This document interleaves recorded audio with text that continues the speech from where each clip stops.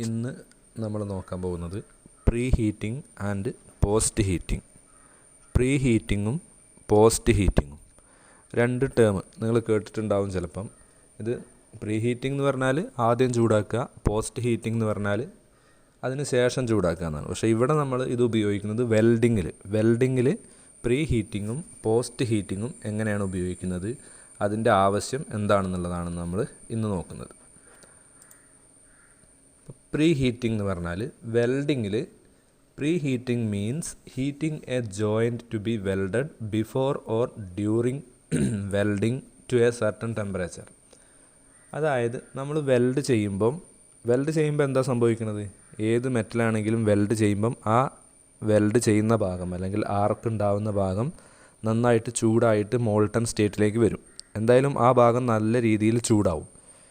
പക്ഷേ അതിൻ്റെ ഇപ്പം നിങ്ങളൊരു ഒരു വർക്ക് പീസ് വെൽഡ് ചെയ്യണം, അല്ലെങ്കിൽ ഒരു ബേസ് മെറ്റൽ വെൽഡ് ചെയ്യുമ്പം അതിൻ്റെ എല്ലാ ഭാഗവും ഒരേ രീതിയിൽ ചൂടാവില്ല. വെൽഡ് ചെയ്യുന്ന ഭാഗം നല്ല രീതിയിൽ ചൂടാവും. അതിന്ന് വിട്ടു പോകും തോറും ആ ടെമ്പറേച്ചർ കുറഞ്ഞ് വരും. അത് ആ മെറ്റലിൻ്റെ ഹീറ്റ് കണ്ടക്ടിവിറ്റീനെ ആശ്രയിച്ചിരിക്കും. ഹീറ്റ് കണ്ടക്ടിവിറ്റി കൂടിയ മെറ്റലാണെന്നുണ്ടെങ്കിൽ താപം ഒരു ഭാഗത്തു നിന്നും വളരെ പെട്ടെന്ന് അപ്പുറത്തേക്ക് എത്തും. ഹീറ്റ് കണ്ടക്ടിവിറ്റി എന്ന് പറഞ്ഞാൽ താപത്തിനെ കടത്തിവിടാനുള്ള ആ മെറ്റലിൻ്റെ കഴിവ്, ഹീറ്റിനെ ട്രാൻസ്ഫർ ചെയ്യാനുള്ള ആ മെറ്റലിൻ്റെ കഴിവിനെയാണ് ഹീറ്റ് കണ്ടക്ടിവിറ്റി എന്ന് പറയാം. അപ്പോൾ കണ്ടക്ടിവിറ്റി കൂടിയ മെറ്റലാണെന്നുണ്ടെങ്കിൽ ഹീറ്റ് ഒരു ഭാഗത്തു നിന്ന് അപ്പുറത്തേക്ക് വളരെ ഫാസ്റ്റായിട്ട് എത്തും. കുറഞ്ഞ മെറ്റലാണെന്നുണ്ടെങ്കിൽ അപ്പുറത്തേക്ക് എത്തില്ല. അപ്പം ഒരു സാധനം വെൽഡ് ചെയ്യുമ്പം ഹീറ്റ് ഒരു ഭാഗം നന്നായിട്ട് ചൂടാവും, വെൽഡ് ചെയ്യുന്ന ഭാഗം നല്ല രീതിയിൽ ചൂടാവും, കുറച്ച് അപ്പുറം ഭാഗം ചൂടാകാത്ത ഒരവസ്ഥ വരിക. അവിടേക്ക് ചൂട് ഇപ്പം ഇതേ രീതിയിൽ എത്താത്തൊരവസ്ഥ വരുമ്പം അവിടെ പല രീതിയിൽ എക്സ്പാൻഷൻ സംഭവിക്കും. ചൂടുള്ള ഭാഗം നന്നായിട്ട് എക്സ്പാൻഡ് ചെയ്യും, കുറച്ച് ചൂടായ ഭാഗം വളരെ കുറഞ്ഞ രീതിയിൽ എക്സ്പാൻഡ് ചെയ്യുള്ളൂ. അത് വെൽഡ് ചെയ്ത് നമ്മൾ വെൽഡിങ് കഴിഞ്ഞാൽ അത് വീണ്ടും പൂർവ്വസ്ഥിതിയിലേക്ക് വരുമ്പോഴും ഒരേ രീതിയിലല്ല തിരിച്ചു വരിക. ഈ ഒരു കാരണം കൊണ്ട് പല മെറ്റൽസും നമ്മൾ വെൽഡ് ചെയ്ത് കഴിഞ്ഞാൽ പൊട്ടാൻ സാധ്യതയുണ്ട്. അതായത് നമ്മൾ വെൽഡ് ചെയ്ത് തണുക്കുമ്പോൾ അവിടെ ക്രാക്ക് വരും, വിള്ളൽ വരും. അതുപോലെ തന്നെ വെൽഡിൻ്റെ ഷേപ്പൊക്കെ മാറിപ്പോവും. വെൽഡിൻ്റെ മീൻസ് നമ്മൾ ആ ബേസ് മെറ്റലിൻ്റെ ഷേപ്പ്, അതിൻ്റെ അളവും സൈസും ഒക്കെ മാറിപ്പോവും. അങ്ങനെ പല പല പ്രശ്നങ്ങളും ഉണ്ടാവും. അപ്പോൾ ഇതൊക്കെ ഒഴിവാക്കാൻ വേണ്ടിയിട്ട് നമ്മൾ വെൽഡ് ചെയ്യുന്നതിൻ്റെ മുന്നേ തന്നെ നമ്മൾ വെൽഡ് ചെയ്യുന്ന ബേസ് മെറ്റലിനെ ചൂടാക്കുന്നതിനെ പറയുന്ന പേരാണ് പ്രീ ഹീറ്റിംഗ്. വെൽഡ് ചെയ്യുന്നതിൻ്റെ മുന്നേ ബേസ് മെറ്റലിനെ ചൂടാക്കുന്നതിനെയാണ് അപ്പോൾ നമ്മൾ എന്ത് പറയുക, പ്രീ ഹീറ്റിംഗ്. അതൊരു നിശ്ചിത ടെമ്പറേച്ചർ വരെയാണ് ചൂടാക്കുക. അത് ഓരോ മെറ്റൽസിനും ഓരോ രീതിയിലായിരിക്കും. കാസ്റ്റ് അയൺ ചൂടാക്കേണ്ടത് ഒരു രീതിയിൽ, അതുപോലെ അലുമിനിയം വേറെ രീതിയിൽ. ഓരോ മെറ്റൽസിനും പ്രീ ഹീറ്റ് ചെയ്യേണ്ട ടെമ്പറേച്ചർ ഓരോന്നായിരിക്കും. അത് നമുക്കറിയാം, നമുക്ക് പഠിക്കാം, ചാർട്ട് നോക്കിയിട്ട് ചെയ്യാം നമുക്ക്. അപ്പോൾ ഈ പ്രീ ഹീറ്റിംഗ് ടെമ്പറേച്ചർ എന്തിനെയൊക്കെ അടിസ്ഥാനമാക്കിയിട്ടാണുള്ളത് നോക്കുക. അതായത് പ്രീ ഹീറ്റിംഗ് ടെമ്പറേച്ചർ എന്തിനെയൊക്കെ ആശ്രയിച്ചിരിക്കുന്നു നമുക്ക് നോക്കാം. ഒന്നാമത്തെ കാര്യം ടൈപ്പ് ഓഫ് മെറ്റൽ. ഏത് ടൈപ്പ് മെറ്റലിനെയാണ് നമ്മൾ വെൽഡ് ചെയ്യുന്നത്, അത് പ്രീ ഹീറ്റിങ്ങിനെ ആശ്രയിക്കുന്നുണ്ട്. ഇനി രണ്ടാമത്തെ കാര്യം composition and properties of the parent metal. ഈ നമ്മൾ വെൽഡ് ചെയ്യുന്ന മെറ്റലിൻ്റെ കോമ്പോസിഷൻ, അതിൻ്റെ പ്രോപ്പർട്ടീസ്. കോമ്പോസിഷൻ എന്ന് പറഞ്ഞു കഴിഞ്ഞാൽ നമ്മൾ വെൽഡ് ചെയ്യുന്ന മെറ്റൽ എന്തൊക്കെ കൂടി ചേർന്നിട്ടുണ്ടായതാണ്, അതാണ് അതിൻ്റെ കോമ്പോസിഷൻ എന്ന് പറയുന്നത്.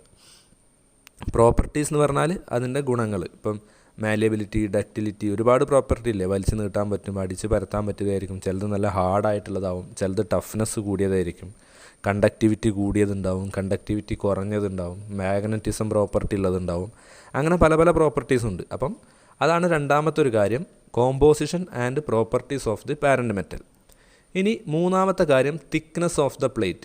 നമ്മൾ വെൽഡ് ചെയ്യുന്ന മെറ്റലിൻ്റെ തിക്നെസ് കൂടുതൽ ആണെങ്കിൽ അതിനനുസരിച്ച് നമ്മൾ പ്രീ ഹീറ്റ് ചെയ്യേണ്ടി വരും. തിക്നെസ് കുറവാണെങ്കിൽ കുറച്ച് പ്രീ ഹീറ്റ് ചെയ്താൽ മതിയാവും. അതായത് ആ തിക്നെസ്. പിന്നെ ടൈപ്പ് ഓഫ് ജോയിൻറ്റ്. നമ്മൾ ഏത് ടൈപ്പ് ജോയിൻ്റാണ് ചെയ്യാൻ പോകുന്നത്, ബട്ട് ജോയിൻ്റ് ആണോ, ടീ ജോയിൻ്റ് ആണോ, ലാപ്പ് ജോയിൻ്റ് ആണോ, ബട്ടിൽ തന്നെ സിംഗിൾ വി ബട്ടാണോ, ഏത് ടൈപ്പ് ജോയിൻ്റാണ് നമ്മൾ ചെയ്യാൻ ഉദ്ദേശിക്കുന്നത് എന്നുള്ളത് ഒരു ഘടകം. പിന്നെ degree of റിസ്ട്രെയിൻറ്റ് of the joint. ആ ജോയിൻറ്റിൽ നമ്മൾ ഹീറ്റാക്കി കഴിഞ്ഞാൽ അവിടെ വരുന്ന മാറ്റങ്ങളുണ്ടാവും. റിസ്ട്രെയിൻറ്റ് ഫോഴ്സസ് എന്ന് പറയും. അതിൻ്റെ ഉള്ളിൽ സ്ട്രെസ്സൊക്കെ വരും. നമ്മളൊരു എന്തെങ്കിലും ചെയ്ത് കഴിഞ്ഞാൽ ആ മെറ്റൽസിൻ്റെ ഉള്ളിൽ സ്റ്റോർ ചെയ്യുന്ന ഫോഴ്സിനെയാണ് നമ്മൾ സ്ട്രെസ് എന്ന് പറയാം. നമ്മൾ ഒരു മെറ്റലിനെ അടിക്കൊക്കെ ചെയ്ത് കഴിഞ്ഞാൽ അതിൽ സ്ട്രെസ് ഉണ്ടാവും. അതുപോലെ വെൽഡ് ചെയ്യുമ്പോൾ അത് എക്സ്പാൻഡ് ചെയ്തിട്ട് ചുരുങ്ങുമ്പോഴൊക്കെ അതിൽ സ്ട്രെസ്സ് വരും. അതിനാണ് നമ്മൾ റിസ്ട്രെയിൻഡ് ഫോഴ്സ് എന്ന് പറയുക. അതുപോലെ തന്നെ റേറ്റ് ഓഫ് ഹീറ്റ് ഇൻപുട്ട്, നമ്മൾ വെൽഡ് ചെയ്യുമ്പം എത്ര ടെമ്പറേച്ചറാണ് കൊടുക്കുന്നത്, ഓരോ മെറ്റലിലും എത്ര ഹീറ്റ് കൊടുത്തിട്ടാണ് നമ്മൾ വെൽഡ് ചെയ്യുന്നത്. അപ്പോൾ ഇത്രയും കാര്യങ്ങൾ ആണ് പ്രീ ഹീറ്റിംഗ് ടെമ്പറേച്ചർ ഡിപ്പെൻഡ് ചെയ്യുന്നത്. അതായത് പ്രീ ഹീറ്റിംഗ് ടെമ്പറേച്ചർ തീരുമാനിക്കുന്നത് ഈ പറഞ്ഞ കാര്യങ്ങളൊക്കെ നോക്കിയിട്ടാണ്. അതായത് type of metal, composition and properties of the parent metal, thickness of the plate, type of the joint, degree of restrained of the joint, rate of heat input. ഇത്രയും കാര്യങ്ങൾ നോക്കിയിട്ടാണ് നമ്മൾ പ്രീ ഹീറ്റിംഗ് ടെമ്പറേച്ചർ തീരുമാനിക്കുന്നത്. ഇനി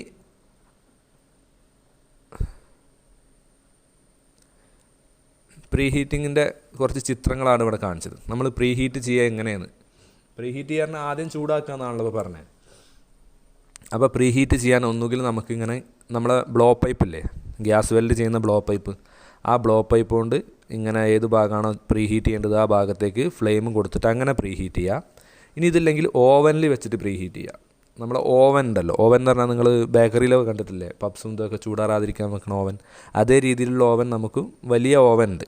ആ oven ഇലക്ട്രോഡിനെ ചൂടാക്കാൻ വേണ്ടിയിട്ട് നമ്മൾ ഓവൻ ഉപയോഗിക്കും. വെൽഡ് ചെയ്യുന്നതിൻ്റെ മുന്നേ ഇലക്ട്രോഡിൽ മോയ്സ്ചർ കണ്ടൻറ്റൊക്കെ ഉണ്ടെങ്കിൽ അതൊക്കെ പോകാൻ വേണ്ടിയിട്ട് ഇലക്ട്രോഡ് ചൂടാക്കും. അതിനൊക്കെ ഓവൻ ഉണ്ട്. അതുപോലെ വലിയ ഓവനിൽ വെച്ചിട്ട്, അല്ലെങ്കിൽ വലിയ ഓവൻ ആവണമെന്നില്ല, ഓവനിൽ വെച്ചിട്ട് നമുക്ക് പ്രീ ഹീറ്റ് ചെയ്യാം. അല്ലെങ്കിൽ ഈ മൂന്നാമത്തെ ചിത്രത്തിൽ കാണിച്ച പോലെ ഫ്ലെയിം ഉപയോഗിച്ചിട്ട് പ്രീ ഹീറ്റ് ചെയ്യാം. പല രീതിയിൽ പ്രീ ഹീറ്റ് ചെയ്യാൻ പറ്റും. അപ്പോൾ ഞാൻ 2-3 രീതികൾ ഇവിടെ കാണിച്ചു എന്ന് മാത്രം. ഇനി കുറച്ച് മെറ്റൽസിൻ്റെ പ്രീ ഹീറ്റിംഗ് ടെമ്പറേച്ചറാണ് കാണിച്ചിട്ടുള്ളത്, ഒന്ന് അറിയാൻ വേണ്ടിയിട്ട്. നിക്കൽ അലോയ്സ്, അതായത് നിക്കൽ അലോയ്സിന് നമ്മൾ ചെയ്യേണ്ടത് 16 ഡിഗ്രി വരെ പ്രീ ഹീറ്റ് ചെയ്താൽ മതി. അത് റോട്ടായിട്ടുള്ള നിക്കൽ. ഇനി കാസ്റ്റ് ചെയ്തതാണെന്നുണ്ടെങ്കിൽ, നിക്കൽ അലോയ്സ് കാസ്റ്റ് ചെയ്തതാണെന്നുണ്ടെങ്കിൽ അതിനെ 90 ഡിഗ്രി മുതൽ 200 ഡിഗ്രി വരെ പ്രീ ഹീറ്റ് ചെയ്യണം. കോപ്പറിൻ്റെ അലോയ്സും ആണ് വെൽഡ് ചെയ്യുന്നത് വെച്ചാൽ അതിനെ നമ്മൾ 200 ഡിഗ്രി പ്രീ ഹീറ്റ് ചെയ്യണം. ഇനി സിലിക്കൺ ബ്രോൺസ് ആണ് ചെയ്യുന്നത് വെച്ചാൽ 90 ഡിഗ്രി പ്രീ ഹീറ്റ് ചെയ്യണം. ബ്രാസ് ലോ സിങ്ക് ആണെന്നുണ്ടെങ്കിൽ 200 to 260 ഡിഗ്രി പ്രീ ഹീറ്റ് ചെയ്യണം. ബ്രാസിൽ ഹൈ സിങ്ക് കൂടുതലാണെന്നുണ്ടെങ്കിൽ 260 to 370 ഡിഗ്രി വരെ പ്രീ ഹീറ്റ് ചെയ്യണം. ഇനി ഫോസ്ഫറസ് ബ്രോൺസ് അത് 150 ഡിഗ്രി മുതൽ 200 ഡിഗ്രി വരെ പ്രീ ഹീറ്റ് ചെയ്യണം. ഇത് ഞാൻ കുറച്ചിങ്ങനെ കാണിച്ചു എന്നുള്ളൂ. അങ്ങനെ എല്ലാ മെറ്റൽസിനും ഉണ്ട് പ്രീ ഹീറ്റിംഗ് ടെമ്പറേച്ചർ. ഇത് കുറച്ചെണ്ണം കാണിച്ചതാണ്. ഇനി നെസസിറ്റി ഓഫ് പ്രീ ഹീറ്റിംഗ്. എന്താണ് ഈ പ്രീ ഹീറ്റിംഗ്, എന്തുകൊണ്ടാണ് ഇമ്പോർട്ടൻ്റ് ആവുന്നത്, അല്ലെങ്കിൽ പ്രീ ഹീറ്റിങ്ങിൻ്റെ പ്രാധാന്യം എന്താണ്? Pre heating removes diffusible hydrogen in base metal and avoid hydrogen induced cracking. നമ്മൾ വെൽഡ് ചെയ്ത് കഴിയുമ്പോൾ അതിൻ്റെ ഉള്ളിൽ ഹൈഡ്രജൻ കുടുങ്ങാനും അല്ലെങ്കിൽ ഹൈഡ്രജൻ ഉണ്ടായി കഴിഞ്ഞാൽ തന്നെ ക്രാക്ക് വരാനുള്ള സാധ്യത കൂടും. അങ്ങനെ ഹൈഡ്രജനൊക്കെ അതിൽ ഡിഫ്യൂസ് ആയിട്ട് നിൽക്കുന്നുണ്ടെന്നുണ്ടെങ്കിൽ നമ്മൾ പ്രീ ഹീറ്റ് ചെയ്ത് കഴിഞ്ഞാൽ അതിൻ്റെ ഉള്ളിൽ നിന്ന് ആ ഹൈഡ്രജൻ കൊണ്ട് ഉണ്ടാവാവുന്ന ക്രാക്ക് ഒഴിവായി കിട്ടും. ഹൈഡ്രജൻ ഉണ്ടാകുമ്പോഴാണ് ക്രാക്ക് വരാനുള്ള സാധ്യത കൂടുക, ആ വിള്ളൽ പരമാവധി ഒഴിവായി കിട്ടും. പിന്നെ pre heating avoids martensite formation in the metal grain structure and prevent brittleness. Brittleness എന്ന് പറഞ്ഞാൽ എന്താണ്? പെട്ടെന്ന് പൊട്ടിപ്പോവുക. നമ്മളൊരു ജോയിൻറ്റ് ചെയ്ത് കഴിഞ്ഞാൽ അതിന് നല്ല സ്ട്രെങ്ത്ത് വേണം. അപ്പോൾ ആ സ്ട്രെങ്ത്ത് ഇല്ലാതെ പെട്ടെന്ന് പൊട്ടിപ്പോകാനുള്ള സാധ്യത, അതിനെയാണ് ബ്രിട്ടിൽനെസ് എന്ന് പറയുക. അത് ഒഴിവാക്കും. പിന്നെ preheat slows down the cooling rate of weld metal, heat affected zone and adjacent base metal. Cooling rate കുറയ്ക്കും. വെൽഡ് ചെയ്ത ഭാഗം നമ്മൾ ഒരു ഭാഗത്ത് വെൽഡ് ചെയ്തു, ആ ഭാഗം നല്ല രീതിയിൽ ചൂടായി, അപ്പുറത്തേക്കൊന്നും ഹീറ്റ് അത്ര ആയിട്ടില്ല എന്നുണ്ടെങ്കിൽ വെൽഡ് നിർത്തി കഴിഞ്ഞാൽ വളരെ പെട്ടെന്ന് തണുക്കും. പെട്ടെന്ന് ഒരിക്കലും തണുക്കാൻ പാടില്ല, വളരെ സാവധാനം തണുക്കണം. അപ്പോൾ നമ്മൾ വെൽഡ് ചെയ്യുന്നതിൻ്റെ മുന്നേ ആ ഭാഗം മൊത്തം ആദ്യം തന്നെ ഹീറ്റാക്കി വെച്ച് കഴിഞ്ഞാൽ പിന്നെ തണുക്കാനും എന്ത് കിട്ടും? വളരെ സാവകാശം മാത്രമേ തണുക്കുള്ളൂ. വെൽഡ് ചെയ്ത് കഴിഞ്ഞാൽ ഒരിക്കലും പെട്ടെന്ന് തണുക്കാൻ പാടില്ല, നോർമൽ ടെമ്പറേച്ചറിൽ തണുക്കണം. അല്ലെങ്കിൽ ചില സാധനങ്ങളൊക്കെ നമ്മൾ വെൽഡ് ചെയ്ത് കഴിഞ്ഞാൽ വളരെ സാവധാനം തണുക്കാൻ വേണ്ടിയിട്ട് മണലിൻ്റെ ഉള്ളിലൊക്കെ ഇടും, മണലുകൊണ്ടൊക്കെ മൂടും. അതായത് സാവധാനം തണുക്കുമ്പോഴാണ് അതിന് കറക്റ്റായിട്ടുള്ള പ്രോപ്പർട്ടീസ് ഉണ്ടാവുക, അതിൻ്റെ സ്ട്രെങ്ത്ത് കറക്റ്റായിട്ട് കിട്ടുക. വെൽഡ് ചെയ്തിട്ട് പെട്ടെന്ന് വെള്ളമൊക്കെ ഒഴിച്ച് കഴിഞ്ഞാൽ പെട്ടെന്ന് തണുക്കും, പക്ഷേ അത് ഹാർഡായി പോവും, നമ്മൾ വിചാരിച്ച മാതിരി കിട്ടില്ല, പൊട്ടും. അപ്പോൾ അതൊരു കാര്യം. പിന്നെ അടുത്തതാണ് ടു പ്രിവെൻറ്റ് ഡിസ്റ്റോർഷൻ തടയാൻ. ഡിസ്റ്റോർഷൻ എന്ന് പറഞ്ഞാൽ എന്താണ്? വെൽഡ് ചെയ്യുമ്പം ബേസ് മെറ്റൽ ഹീറ്റായിട്ട് പല രീതിയിലും പല ഭാഗത്തും പല രീതിയിൽ എക്സ്പാൻഡ് ചെയ്തിട്ട് അതിൻ്റെ സൈസിലും ഷേപ്പിലും ഉണ്ടാകുന്ന വ്യത്യാസത്തിനെയാണ് ഡിസ്റ്റോർഷൻ എന്ന് പറയുക. നമ്മൾ വെൽഡ് ചെയ്യുന്ന ബേസ് മെറ്റലിൽ വെൽഡിങ്ങിൻ്റെ ഭാഗമായിട്ട് അതിൻ്റെ ഷേപ്പും സൈസും ഒക്കെ മാറിപ്പോകുന്നതിനാണ് ഡിസ്റ്റോർഷൻ എന്ന് പറയുന്നത്. അപ്പോൾ ഡിസ്റ്റോർഷൻ വന്നു കഴിഞ്ഞാൽ നമ്മൾ ഉപയോഗിക്കാൻ പറ്റില്ല മെറ്റൽ. ചിലപ്പോൾ നമ്മളൊരു പാർട്ട് വെൽഡ് ചെയ്തത് ഒരു ഭാഗത്ത് ഫിക്സ് ചെയ്യാനായിരിക്കും, അല്ലെങ്കിൽ ഒരു ഭാഗത്തേക്ക് ഉള്ളിൽ വെക്കാനൊക്കെ ആയിരിക്കും, ഇൻസേർട്ട് ചെയ്യാനാവും. അപ്പോൾ നമ്മൾ ഡിസ്റ്റോർഷൻ സംഭവിച്ചു കഴിഞ്ഞാൽ പിന്നെ അത് അതിൻ്റെ ഉള്ളിൽ കറക്റ്റായിട്ട് ഫിറ്റ് ആവില്ല. അപ്പോൾ അതൊക്കെ അതിനൊക്കെയാണ് ഡിസ്റ്റോർഷൻ കാരണമാവുന്നത്. അപ്പോൾ നമ്മൾ ഈ പ്രീ ഹീറ്റ് ചെയ്ത് കഴിഞ്ഞാൽ അത് ഡിസ്റ്റോർഷനും പ്രിവെൻറ്റ് ചെയ്യും. ഇനി പ്രീ ഹീറ്റിംഗ് എങ്ങനെയാണ് ചെക്ക് ചെയ്യുക? നമുക്ക് പ്രീ ഹീറ്റിംഗ് ടെമ്പറേച്ചർ ചെക്ക് ചെയ്യണമല്ലോ. അപ്പോൾ അതിനുള്ള സാധനമാണ് ടെമ്പറേച്ചർ ഇൻഡിക്കേറ്റിംഗ് ക്രയോൺ. ക്രയോൺ എന്ന് പറഞ്ഞാൽ നമ്മളെ മാർക്ക് ചെയ്യാൻ നിങ്ങൾ ഉപയോഗിക്കുന്ന സാധനമല്ല, ചോക്കുമാരത്തെ അത് തന്നെയാണ്. നമ്മളെ ചോക്ക് അല്ലെങ്കിൽ നമ്മളെ മെഴുകിൻ്റെ സാധനമല്ലേ, മെഴുക് എന്തായാലും പറയാം, കളർ പെൻസിൽ മാതിരിയല്ലേ, അങ്ങനത്തെ ഒരു സാധനമാണ്. അപ്പം നമ്മൾ ഇത് ഉപയോഗിച്ചിട്ട് എങ്ങനെയാണ് ടെമ്പറേച്ചർ അളക്കുക വെച്ച് കഴിഞ്ഞാൽ, നമുക്ക് പ്രീ ഹീറ്റ് ചെയ്യുന്നതിൻ്റെ മുന്നേ തന്നെ പ്രീ ഹീറ്റ് ചെയ്യുന്ന ഭാഗത്തൊരു ലൈൻ വരയ്ക്കും, ഒരു മാർക്ക് ചെയ്യും. ലൈനാവണമെന്നില്ല, ഈ ക്രയോൺ ഉപയോഗിച്ചിട്ടൊരു മാർക്ക് ചെയ്യുക, ആ ചോക്ക് മാതിരിയുള്ളത് അത് ഉപയോഗിച്ചിട്ടൊരു മാർക്ക് ചെയ്യുക. എന്നിട്ട് ഓരോ ക്രയോണിനും ഓരോ ടെമ്പറേച്ചർ എത്തുമ്പോൾ അതിൻ്റെ കളറ് മാറും. അപ്പോൾ അതതിൽ കാണിച്ചിട്ടുണ്ടാവും.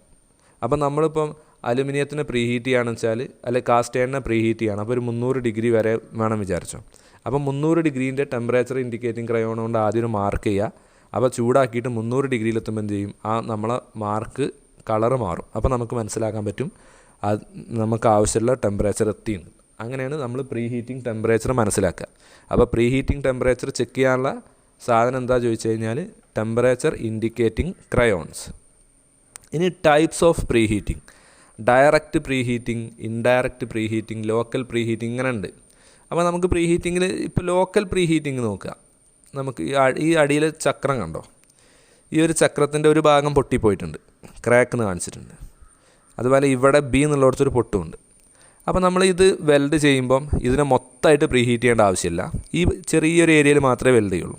അപ്പോൾ അവിടെ ലോക്കലായിട്ട് എന്ത് ചെയ്താൽ മതി, പ്രീ ഹീറ്റ് ചെയ്താൽ മതി, ഈ ഭാഗം മാത്രം ചെയ്യുക. അതിനെയാണ് നമ്മൾ ലോക്കൽ പ്രീ ഹീറ്റിംഗ് എന്ന് പറയാം. ഇനി മൊത്തം ഇപ്പോൾ ഡയറക്റ്റൊക്കെ ആയിട്ട് ചെയ്യുകയാണെന്നുണ്ടെങ്കിൽ ഈ ഒരു ഇവിടെ W എന്നുള്ളൊരു ഭാഗം കണ്ടോ, ഇതിനെ നമുക്ക് വെൽഡ് ചെയ്യണം വിചാരിച്ചു. അപ്പോൾ ഇത് കുറച്ച് കൂടുതൽ ഏരിയ വെൽഡ് ചെയ്യാനുണ്ട്. അപ്പം നമ്മളെന്താ ചെയ്യുക, അത് മൊത്തമായിട്ട് പ്രീ ഹീറ്റ് ചെയ്യും. അതിന് നമ്മളൊരു ഫർണസ് പറഞ്ഞാൽ ചൂളല്ലേ, ഈ ചൂളയിലൊക്കെ ഇട്ടിട്ട് ചൂടാക്കിയിട്ട് പ്രീ ഹീറ്റ് ചെയ്യണതിനാണ് നമ്മൾ ഡയറക്റ്റായിട്ട് മൊത്തമായിട്ട് ചെയ്യാമെന്ന് പറയാം. അപ്പോൾ നമ്മൾ ചെറിയ സാധനങ്ങളൊക്കെ ഫുള്ളായിട്ട് ചെയ്യും, ഫുൾ പ്രീ ഹീറ്റ് ചെയ്യും. വലിയ വലിയ ഭാഗങ്ങൾ ചെറിയ ഏരിയയൊക്കെയാണ് വെൽഡ് ചെയ്യാനുള്ളത് വെച്ചാൽ അവിടെ ലോക്കലായിട്ട് പ്രീ ഹീറ്റ് ചെയ്യും. ഇനി നമുക്ക് പോസ്റ്റ് ഹീറ്റിംഗ് എന്താ നോക്കാം. പോസ്റ്റ് ഹീറ്റിംഗ് എന്ന് പറഞ്ഞു കഴിഞ്ഞാൽ നമ്മൾ വെൽഡ് ചെയ്ത് കഴിഞ്ഞതിൻ്റെ ശേഷം പെട്ടെന്ന് തന്നെ ഒന്നും കൂടെ ചൂടാക്കി കൊടുക്കുക. നമ്മളെ വെൽഡ് സ്റ്റോപ്പ് ചെയ്യും, അതായത് ആർക്ക് ഉണ്ടാവില്ല. വീണ്ടും നമ്മൾ ഫ്ലെയിം ഉപയോഗിച്ചിട്ടോ അല്ലെങ്കിൽ ഫർണസിൽ വെച്ചിട്ടോ ഒന്നും കൂടെ ചൂടാക്കുന്നതിനെ പറയുന്ന പേരാണ് പോസ്റ്റ് ഹീറ്റിംഗ്.